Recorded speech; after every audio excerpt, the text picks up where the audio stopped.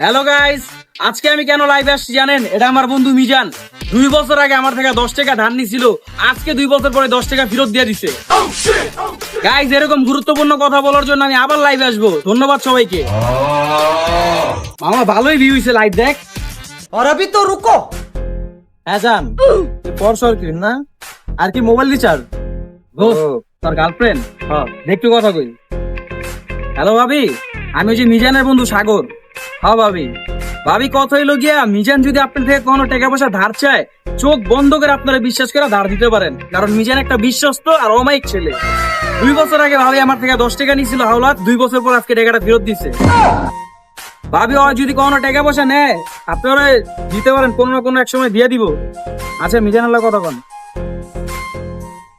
ধর বেটা থাক, দেখি আমি। ওই বেটা কি হইছে? लेकिन एक सेकंड। হ্যালো বন্ধু, কি টাকা লাগবো? 10,000? মামা 10,000 না, তোর যদি 50,000 লাগে আমি দিমু। ওই যে আমার বন্ধু মিজান আছে না, 2 বছর আগে আমার থেকে 10 টাকা ধার লইছিল, এটা 2 বছর পর আজকে দিয়ে দিছে। আচ্ছা, সন্ধ্যার দিকে টাকা লয়ে যাই। আচ্ছা ঠিক আছে। মামা তো দূরে পায়া ধরে হাতও ধরে এই কথা আর কেউ কইস না তুই। আরে বেটা খারাপ কি, তুই টাকা ফেরত দিছিস, এটা জানাইলে ভালো না? ধর বেটা, আমার যদি দেওয়ালে পিঠো ঢেকে যায় আর কোনোদিন তোর টাকা একটু গলম না। বেটা তুই এমন কি, আমি তোমার ভালো কথাই করছি যে টাকা ফেরত দে। ধর বেটা যা। আরে মিজা